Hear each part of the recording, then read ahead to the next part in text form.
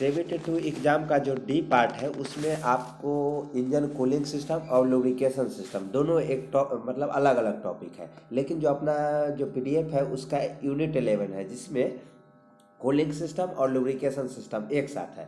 तो इसमें हम लोग देखिए सबसे पहले ये जान लेना ज़रूरी है कि कूलिंग सिस्टम क्या है और लुब्रिकेशन सिस्टम क्या है। तो इससे पहले हम आप लोगों को बता दिए कि इंजन वर्क कैसे करता है, 4 स्ट्रोक इंजन है वो काम कैसे करता है वो देख चुके थे। तो इंजन जब वर्क करता है तो उसमें पावर स्ट्रोक में पावर मिलता है, यानी कि आग लगता है, यानी कि हीट उत्पन्न होती है। तो उसी को ठंडा करने के लिए यहाँ पे कूलिंग सिस्टम का प्रयोग किया गया। तो कूलिंग सिस्टम क्या करता है, इंजन से जो पावर हीट निकलता है ना उसको ठंडा करता है। ठंडा करने का सेंस क्या है, देखिए ये इंजन यहाँ पे पावर निकलेगा, पावर मिलेगा, तो ये जो बाहरी सिलेंडर के ऊपर के सतह है वो गर्म होता है, कितना 2000 डिग्री सेल्सियस से 2200 डिग्री सेल्सियस। तो इस टेम्परेचर पर मेंटेन रखने के लिए इन्हें जो ओवर हीट हो जाए तो उसके लिए कूलिंग सिस्टम लाया गया। कूलिंग सिस्टम को हम लोग जो ठंडा मेन मतलब पर्पज समझ लीजिए कि इंजन को ठंडा रखना है।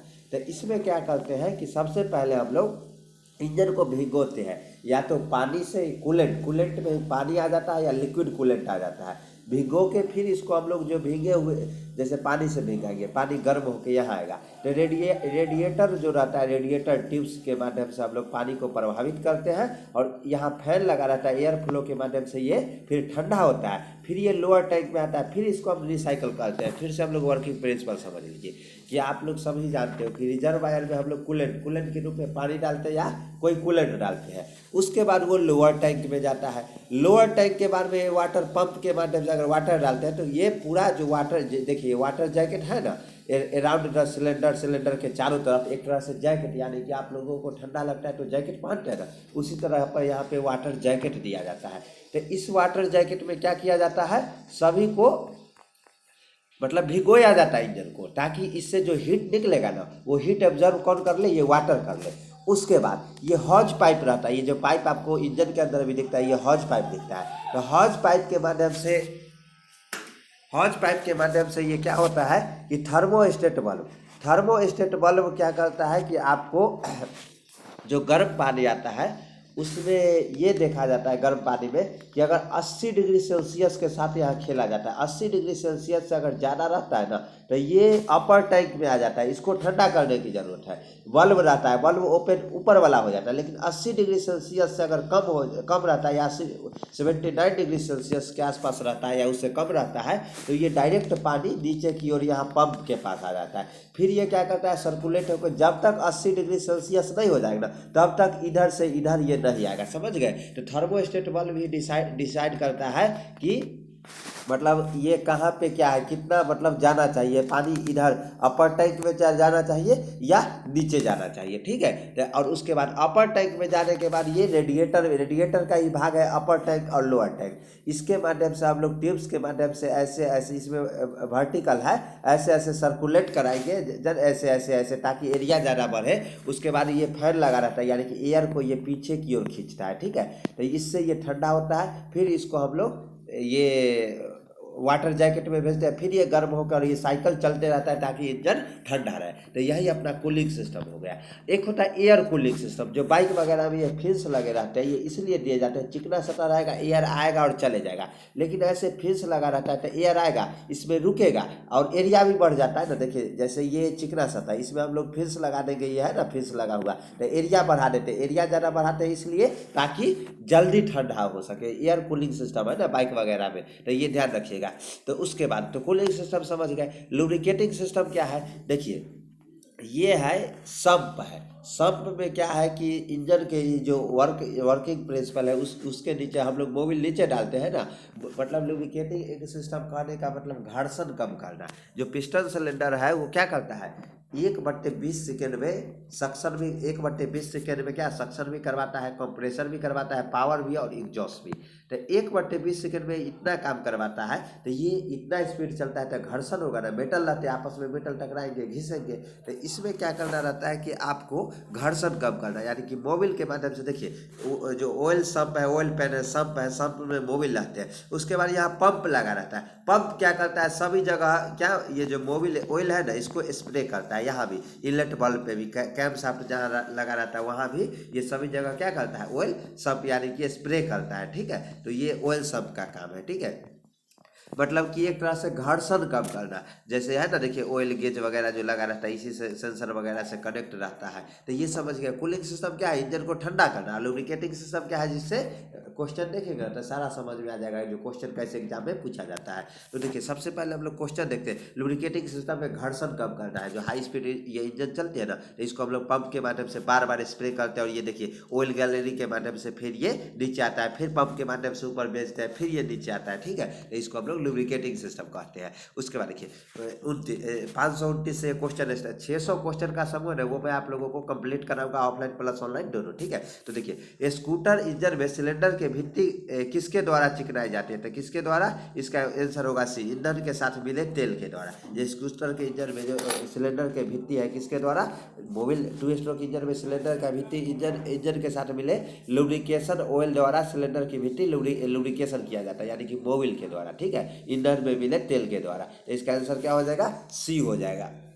उसके बाद देखिए क्वेश्चन नंबर हम लोग नेक्स्ट देखते हैं। और देखिए ऑटोमोबाइल इंजन में थर्मोस्टेट बल्ब लगाया जाता है। क्यों लगाया है, शीतलन यंत्र पर ताप नियंत्रण। थर्मोस्टेट बल्ब कहाँ है, इसलिए मैं इमेज के माध्यम से आप लोगों यहाँ पे थर्मोस्टेट बल्ब यानी कि 80 डिग्री सेल्सियस तक पहुँचेगा ना, तो ये बल्ब ओपन होकर इधर चला जाएगा, इसको ठंडा करने रेडिएटर में भेज देगा, ठंडा करने की जरूरत है। लेकिन 80 डिग्री से अगर कम रहेगा तो वो डायरेक्ट नीचे आ जाएगा पंप के माध्यम से, फिर ये वाटर जैकेट में जाएगा, फिर ये गर्म होकर 80 डिग्री सेल्सियस पे होके आएगा। ठीक है, तो ये समझ गया थर्मोस्टेट बल्ब क्यों यूज किया जाता है, ताकि शीतलन यंत्र का ताप नियंत्रण करने के लिए। ठीक है, उसके बाद देखिए गाड़ी के रेडिएटर में जल का प्रयोग किस कारण से किया जाता है, तो किस कारण, उच्च विशिष्ट घनत्व के जो उच्च विशिष्ट घनत्व है, डेंसिटी कितना होता है 1000 डिग्री सेल्सियस, 1000 डिग्री सेल्सियस नहीं 1000 ओके केजी पर मीटर क्यूब, ये होता है इसका ऐसा यूनिट, क्योंकि रो इक्वल टू क्या होता है, मास अपॉन वॉल्यूम। ठीक है, तो ये ध्यान रखिएगा। तो इसका आंसर क्या हो जाएगा,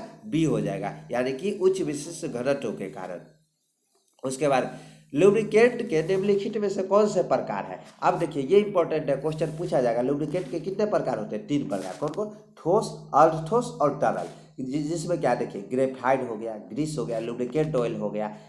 ठोस में क्या, ग्रेफाइट, आप लोगों ने सर में ये नहीं देखा हूँ ठोस वाला, ये भी इंडस्ट्री में यूज किए जाते हैं। ठीक है, उसके बाद देखिए अर्ध ठोस, ग्रीस क्या है, थोड़ा चिपचिपा द्रव्य और थोड़ा ठोस अवस्था में रहता है।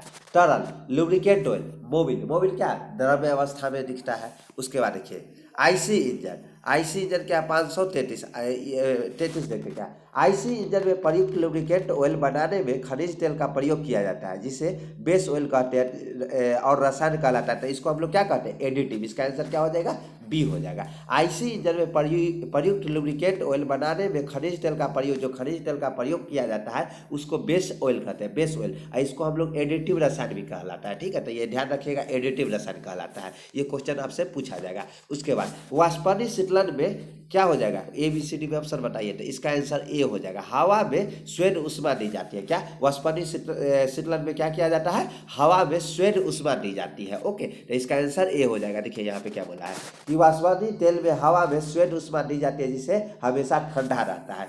अपना जो क्या मतलब क्या है कि ठंडा रहता है। तो अगर स्वयं उष्मा नहीं देंगे तो फिर ये कैसे हमेशा ठंडा रहेगा। ठीक है, उसके बाद देखिए 535 क्या है, रेडिएटर को नियमित व यदा कदा रख रखाव में शामिल होता है। तो क्या होता है इसका, नियमित रूप से अंतः प्रक्षालन। ओके, तो इसका आंसर क्या, रेडिएटर की नियमित व यदा कदा रख रखाव में नियमित रूप से अंतः प्रक्षालन करना शामिल है। रेडिएटर पीतल का बनाया जाता है, जिसमें वातावरण और जल में रेडिएटर पर कोई नुकसान न पहुंचे। ओके, तो इसका आंसर क्या हो जाएगा, ए हो जाएगा, नियमित रूप से अंतः प्रक्षालन करना। ठीक है, तो इसका आंसर ए हो जाएगा। यानी कि देखिए सिंपल भाषा में अगर हम लोग पानी का इस्तेमाल करते हैं तो पानी जंग लगने की संभावना ज़्यादा रहता है। तो पीतल का बना रहे, पीतल का इसलिए रेडिएटर आता है ताकि जंग न लगे। बार बार क्यों चेंज करें, पीतल थोड़ा महंगा आता है, तो अब उसके जगह हम लोग तांबा भी यूज करने लगे, याद रखिएगा। इसलिए रेडिएटर पीतल और तांबा दोनों के बनाए जाते हैं, पीतल वाले थोड़ा महंगा आने लगते हैं। ठीक है, तो ये ध्यान रखिएगा। उसके बाद 536 रखते हैं, यदि किसी मशीन में अपारमाणिक स्नेहक तेल का उपयोग किया जाता है तो इसका परिणाम होगा। तो क्या होगा इसका, उपर्युक्त सही, यानी कि मशीन की अपारमाणिक तेल, यानी कि जिसमें विस्कोसिटी वगैरह, मोबिल क्या है, विस्कोसिटी के अनुसार देखा जाता है। मोबिल का अलग अलग नंबर रहता है ना, तो नंबर आपसे नहीं पूछेगा, यहाँ पर ऐसे क्वेश्चन पूछा जाएगा टेक्निकल। यदि किसी मशीन में अपारमाणिक स्नेहक तेल का प्रयोग किया जाता है तो इसका परिणाम समझिए। ये सब आपसे बहुत सारे स्टूडेंट है जो सर मोबाइल नंबर बताइए, ये बताइए, वो भाई नंबर नहीं, कंपनी का डिनोट करने का अलग अलग तरीका है। जो मेन क्वेश्चन है यहाँ से पूछा जाएगा, मशीन घिस जाएगा, बिल्कुल घिस जाएगा। स्नेहक तेल की अधिक व्यय होगी अगर अपारमाणिक तेल है तो, अपारमाणिक स्नेहक तेल है तो। मशीन चलने में आवाज़ होगी, बोला जाता है ना कि मोबाइल चेंज कर दीजिए क्योंकि मोबाइल खराब हो चुका है, उसका विस्कोसिटी वगैरह है वो डाउन हो चुका है, कहने का मतलब अजीब आवाज़ आने लगता है। इसका आंसर क्या हो जाएगा? डी हो जाएगा। ठीक है, उसके बाद देखिए 536 हो गया। 537 देखते हैं, किसी मशीन में भरे स्नेहक तेल को कब बदलने की जरूरत होती है? तो कब बदलने की जरूरत होती है? तो इसका आंसर हो जाएगा सी। एक निश्चित अवधि तक मशीन चलने के बाद अथवा मशीन में तेल भरने से एक निश्चित अवधि के बाद, दोनों में से एक अवधि पहले पूरी हो। यानी कहने का सेंस समझिए, एक निश्चित अवधि तक मशीन चलने के बाद, यानी कि मशीन का जो चलने का एक घंटा होता है, इतने घंटे बाद 6,000, 60,000, 70,000 ऐसे मतलब एक दिया जाता है कि 70,000 घंटे चलने के बाद आप ये जो स्नेहक तेल है उसको चेंज कीजिए। ठीक है, उसके बाद फिर क्या बोलता है? अथवा मशीन में तेल भरने के एक निश्चित अवधि के बाद, कोई ऐसा जो मोबाइल रहता है जो मशीन कम चलता है तो उसमें क्या किया जाता है कि 2 ईयर, 2 साल, 3 साल या 5 साल में आपको ये तेल बदलना या 1 साल में जरूरी है। तो ये समझ गए ना, तो ये ध्यान रखिएगा। यहाँ पर देखिए क्वेश्चन, किसी मशीन में भरे स्नेहक तेल को एक निश्चित अवधि तक मशीन चलने के बाद अथवा मशीन में तेल भरने के एक निश्चित अवधि के बाद, दोनों में से किसी अवधि पूरी होने पर बदलने की जरूरत होती है। ओके, उसके बाद ध्यान रखिएगा 538 क्या है? इंजन में पर्याप्त कूलिंग न करने में कौन सी समस्या आ जाती है? तो कौन सी समस्या आ जाती है? सीजिंग भी, प्री इग्निशन भी और नॉकिंग। सर ये क्या है ये बताओ। तो सीजिंग होता है इंजन सीज हो जाना, प्री इग्निशन और नॉकिंग ये समझिए। नॉकिंग का मतलब क्या होता है कि मान लीजिए पिस्टन सिलेंडर है, पिस्टन ये है, सिलेंडर ये है, पिस्टन है, यहाँ स्पार्क प्लग लगा रहता है, तो फ्लेम क्या होगा? यहाँ से जलना स्टार्ट हो जाता है। उसके बाद क्या होता है कि नॉकिंग कैसे होता है ये समझिएगा। प्री इग्निशन स्टार्ट हो जाता है, यानी कि ओवर हीटिंग के वजह से एक तो यहाँ से जलना स्टार्ट हुआ और एक फ्लेम यहाँ से बन जाता है, तो इसको हम लोग प्री इग्निशन बोलेंगे। यानी कि अलग से ये स्पार्क प्लग से नहीं जल के कहीं अलग से जलना। ठीक है, उसके बाद ये 2 फ्लेम बन गए तो आपस में दोनों फ्लेम टकराएंगे, नॉकिंग, यानी कि आवाज़ अजीब से आवाज़ आएगा जिसको हम लोग नॉकिंग बोलते हैं। और इसके कारण ओवर हीट होगा तो क्या होगा कि समझिए ये पिस्टन और सिलेंडर दोनों मेटल के बने रहते हैं, यहाँ पे ये बेल्ट हो सकते हैं, सीज हो सकता है, इंजन सीज हो रहा है जिसको बोलते हैं। तो समझ गए ना, सीजिंग क्या है, प्री इग्निशन क्या है और नॉकिंग क्या है। तो इंजन में पर्याप्त कूलिंग न, ओवर हीटिंग के कारण से ये सारे होते हैं, तो ये सभी हो जाएंगे। तो इसका आंसर क्या हो जाएगा? डी हो जाएगा। इंजन में कूलिंग न होने के कारण निम्नलिखित समस्या क्या क्या? प्री इग्निशन, यानी कि इंजन का ईंधन से पहले, यानी कि पिस्टन सिलेंडर रहता है ना, तो कब स्पार्क प्लग चिंगारी मारने से पहले सिलेंडर इतना हीट रहता है कि ऑटोमेटिक ये जलाना स्टार्ट कर देते हैं। ठीक है, सीजिंग अर्थात सिलेंडर में पिस्टन जाम हो जाना, यानी ये पिस्टन और सिलेंडर क्या हो जाना? हीट के कारण बेल्ट हो जाना। ठीक है, तो ये ध्यान रखिएगा। उसके बाद नॉकिंग, ऑक्टेन नंबर के कारण नॉकिंग होता है। ऑक्टेन नंबर, सीटेन नंबर क्या है? एक फ्यूल का जो पेट्रोल है जिसमें ऑक्टेन नंबर 80 से 90 रहता है। ठीक है, और सीटेन नंबर कितना रहता है डीजल में? 40 से 50, 30 से 50 मान लीजिए, 30 से 40 या 30 से 50। ठीक है, ये ध्यान रखिएगा, इसका स्टैंडर्ड मेजरमेंट है। जितना अच्छा रहेगा नंबरिंग उतना अच्छा रहेगा। उसके बाद देखिए 39 देखिए क्या है? ईंधन को बाहरी रूप से पानी से धोने व साफ करने की से फायदा होता है। तो क्या होता है इसका आंसर? देखिए इंजन को बाहरी रूप से पानी से धोने व साफ करने का फायदा क्या क्या होता है ये देख लीजिए। ये सब मेंटेनेंस का काम क्वेश्चन है, पूछा जाएगा। इंजन के पुर्जों को संभावित नुकसान का पता चल जाता है। ओके, उसके बाद इंजन में जंग नहीं लगता है। ठीक है, उसके बाद सी क्या है? इंजन का कूलिंग अच्छी होती है। और डी क्या? ये सभी। तो ये सारे फायदा है। देखिए इंजन में पुर्जों को संभावित नुकसान का पता चल जाता है, यानी कि क्या नुकसान होने वाला वो पहले ही आगामी हम लोगों को पता चल जाता है। बी क्या है? इंजन में जंग नहीं लगता है। ठीक है, यानी कि जंग अगर बाहरी रूप से हम लोग साफ करते, साफ सफाई रखते, जंग नहीं ना, अगर साफ सफाई करना बंद कर दोगे तो जंग लग जाएगा। सी क्या है? इंजन का कूलिंग अच्छी होती है। ठीक है, यानी कि कूलिंग सिस्टम भी बरकरार रहता है। तो ये तीनों चीज़ है, यानी कि ये सभी हो जाएगा। ये सब मेंटेनेंस का पूछा जाएगा। एंटी फ्रीज एजेंट का कार्य क्या है? तो इसका कार्य क्या है? रेडिएटर का पानी में जमने से रोकना। ओके, तो इसका आंसर डी हो जाएगा।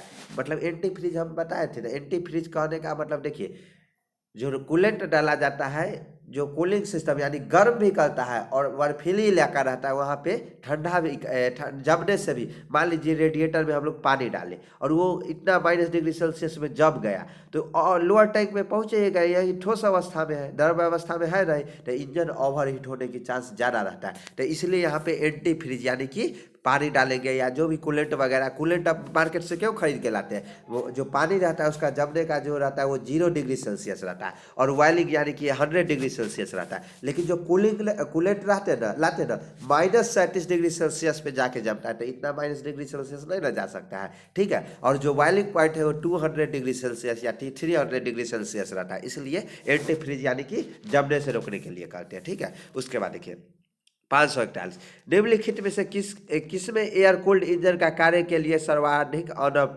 अनुपयुक्त है, यानी कि जो नहीं कर सकते, तो इसका आंसर क्या हो जाएगा, सी हो जाएगा, बस क्यों, एयर कूलिंग सिस्टम में क्या होता है कि देखिए एयर के माध्यम से हम लोग कूलिंग करते हैं, ऐसे हवा आएगा, जो बाइक वगैरह है उसमें हवा के माध्यम से कूल, लेकिन ये कूलिंग सिस्टम छोटा इंजन के लिए सही है, बड़ा इंजन के लिए सही नहीं है। तो यहाँ पे हम लोग क्या करते हैं, देखिए जो बस है बड़ा, इसमें बस एयर कूल इंजन काम के लिए सर्वाधिक अनुपयुक्त होता है, क्योंकि बस भारी वाहन है, इसमें पावर की आवश्यकता होती है जिससे इंजन अधिक गर्म होता है। अगर अधिक ओवर हीट होगा, अगर उसमें हम एयर के माध्यम से कूल करेंगे तो वो ठंडा नहीं ना हो पाएगा। तो इसलिए हम लोग यहाँ पे एयर कूलिंग सिस्टम, मान लीजिए ट्रैक्टर है इसमें कर सकते हैं, कार है इसमें भी, पुराने ज़माने का जितने भी गाड़ी थे, पंप है पानी खींचने वाला पंप, इसमें भी हम लोग कर सकते हैं। लेकिन ये जो बस है, बस में नहीं, क्योंकि ये ट्रक वगैरह है, ये लोड बियर करता है, तो इसमें हम लोग नहीं कर सकते। ये कार अब सभी में एयर कूलिंग सिस्टम हटा दिया गया, केवल मोटरसाइकिल में आ रहा है, बाद बाकी सभी जगह जो लिक्विड कूलिंग सिस्टम है वो लाया गया है, ठीक है। कूलिंग सिस्टम दो प्रकार के होता है, एक होता है एयर कूलिंग सिस्टम जिसमें हवा के माध्यम से हम लोग इंजन को ठंडा करता है, जो मोटरसाइकिल हो गया। अभी कूलेंट वगैरह पानी वगैरह डालते हैं जिसको हम लोग लिक्विड कूलिंग सिस्टम कहते हैं, ठीक है। तो ये ध्यान रखिएगा, सी देखिए, तो ये हो जाएगा। उसके बाद एयर कूल्ड होने से जो पर्याप्त ठंडा नहीं हो पाएगा, जिसमें इंजन में नॉकिंग और प्री इग्निशन, जो नॉकिंग और प्री इग्निशन वही समय से पहले जलना, जिससे इंजन सीज भी हो सकती है, इसलिए बस में एयर कूल सिस्टम अनुपयुक्त माना जाता है। अतः वाटर कूलिंग सिस्टम बस के लिए उपयुक्त होता है, इसे बस इंजन पर्याप्त रूप से कूलिंग हो सकता है, ओके। उसके बाद देखिए 542 एयर कूल्ड इंजन में सिलेंडर की बाहरी बनी लहरिया धातु की संरचना होती है, तो इसको हम लोग क्या बोलते हैं, सी फिन्स बोलते हैं। ये देखिए इस तरह इमेज, इसलिए तो इमेज लाया हूँ, ये देखिए इमेज जो आपको दिया गया है ना, इसको हम लोग फिन्स बोलते हैं। जो मोटरसाइकिल में ये इंजन है, ठीक है, सिलेंडर के ऊपर ऐसे बनाए जाते हैं ताकि एरिया बढ़ाया जा सके, ओके। तो ये समझ गए, तो इसको हम लोग क्या बोलते हैं, फिन्स बोलते हैं। तो उसके बाद देखिए थर्मोस्टेट बल्ब का क्या काम है, तो ये तो अभी हम लोग देख रहे हैं, रेडिएटर में जल को ताप का नियंत्रित करना। इसका आंसर क्या हो जाएगा, बी हो जाएगा।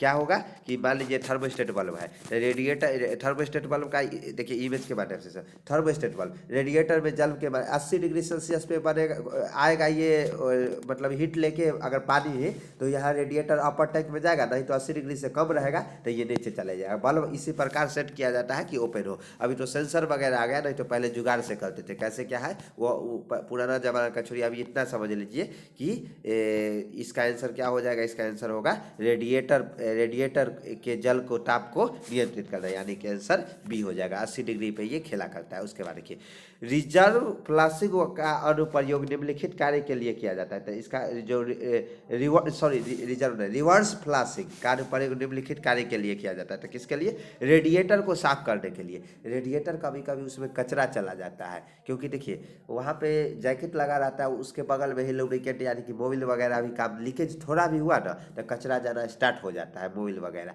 तो इसलिए रिवर्स प्रोसेस से फ्लशिंग का काम हम लोग उसको, जो देखिए रिवर्स फ्लशिंग कार्य पर रेडिएटर को साफ करने के कार्य में किया जाता है। तो ये क्वेश्चन रिवर्स फ्लशिंग है जो इंपॉर्टेंट है, पूछा जाएगा आपसे, ठीक है। उसके बाद देखिए क्वेश्चन नंबर 45 किसी इंजन में लुब्रिकेशन का निम्नलिखित उद्देश्य से पूर्ति नहीं होती है, तो किससे नहीं, डीजल की दहन अच्छी तरह से होता है। देखिए किसी इंजन में लुब्रिकेशन का उद्देश्य इंजन का दहन अच्छी तरह से करना ही नहीं होता है, बल्कि लुब्रिकेशन का उद्देश्य इंजन को ठंडा रखना होता है। लुब्रिकेशन ये भी एक तरह से ठीक है, जो इंजन को ठंडा रखता है, घर्षण कम करता है। घर्षण होगा तो हीट उत्पन्न होगा ना, घर्षण कम करना तथा इंजन के पुर्जों को घिसाव कम करना, वही घर्षण कम करना। घिसाव माने मेटल के, ये देखिए पिस्टन है, सिलेंडर है, सिलेंडर के अंदर पिस्टन लगे रहते हैं, अप डाउन करते रहते हैं। कनेक्टिंग रॉड है, कनेक्टिंग रॉड यहाँ जो पिन से जुड़ा रहता है, पिस्टन जो पिन लगा रहता है, गजट पिन से ये क्रैंक शाफ्ट जुड़ा जुड़ा रहता है।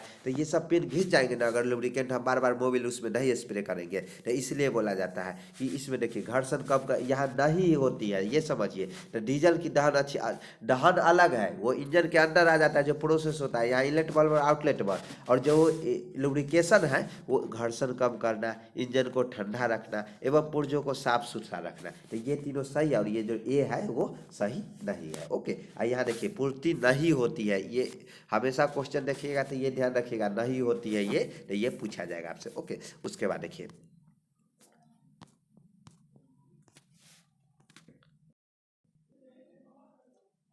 क्वेश्चन नंबर देखिए 49, देखिए रेडिएटर में पानी का प्रवाह होता है, तो कैसे होता है देखिए।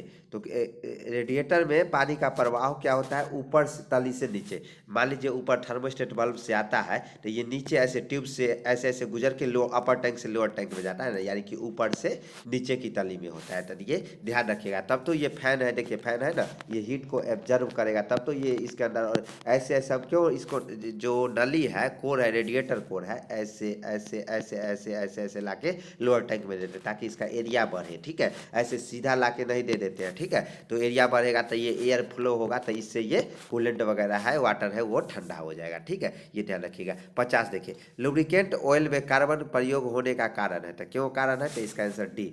देखिए धूल कणों का मिश्रण होना। ठीक है, क्यों देखते हैं इसका। देखिए लुब्रिकेंट ऑयल में कार्बन होने का कारण जली हुई गैसों के साथ लुब्रिकेंट ऑयल का मिश्रण होता है। ओके, इसमें क्या लुब्रिकेंट सबसे लो का पहले देखिए, जो हम लोग क्या करते हैं कि जब कुछ हम निकालते हैं तो सबसे पहले तो पेट्रोल निकाल लेते हैं, खनिज आता है, खनिज से उसके बाद उसी से हम लोग डीजल, किरोसिन तेल, यानी कि एक ही खनिज से हम लोग उसके गंदा है तो उससे हम मोबिल भी प्राप्त कर लेते हैं। तो ऐसा बनाया जाता है। तो लुब्रिकेंट ऑयल कार्बन होने के कारण जली हुई गैसों के साथ लुब्रिकेंट ऑयल का मिश्रित होता है। ठीक है, वाष्पीकृत पेट्रोल से लीक करके क्रैंक शाफ्ट भरे हुए तेल में पहुंचता है। जो मान लीजिए ऊपर से तेल आता है ना, वो नीचे पहुंचता है और उससे डाइल्यूट करता है, पतला करता है, जिससे तेल का गुण ऐसे होना चाहिए कि द्रव में आपस में घुलने या मिलने न दे। मान लीजिए सिंपल भाषा में, जो पेट्रोल है वो कार्बन और हाइड्रोजन का मिश्रण होता है, जिसमें हाइड्रोजन की क्षमता ज़्यादा है। हाइड्रोजन क्या है, हवा देखता है जल उठता है। इधर से आया पिस्टन सिलेंडर में, इसके ऊपर ये क्या है टीडीसी, और ये क्या है बीडीसी, बीडीसी।